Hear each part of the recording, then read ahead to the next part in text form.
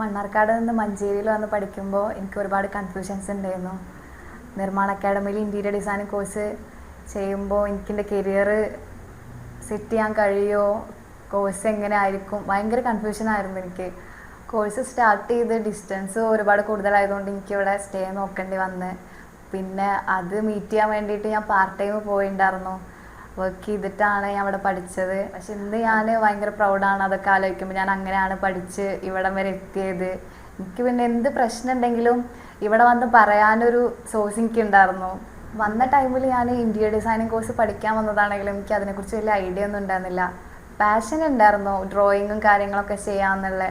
But creativity, practical skills, site അങ്ങനത്തെ കാര്യങ്ങളൊന്നും എനിക്ക് ഹാൻഡിൽ ചെയ്യാൻ അറിയില്ല, ഒരു ക്ലയൻറ്റിനെ ഹാൻഡിൽ ചെയ്യാനൊന്നും.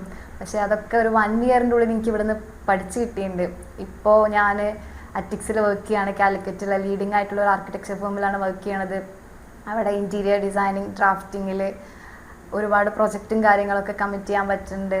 അറ്റിക്സിൽ വർക്ക് ചെയ്ത് 1 ഇയർ കഴിഞ്ഞപ്പോൾ തന്നെ എനിക്ക് ബെസ്റ്റ് ന്യൂ കമ്മർ അവാർഡ് കിട്ടിയിട്ടുണ്ടായിരുന്നു.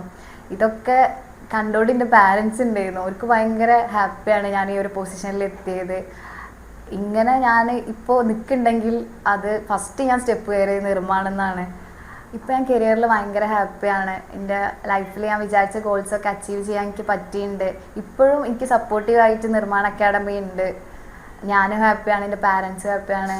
താങ്ക്സ് ടു നിർമ്മാണ അക്കാഡമി.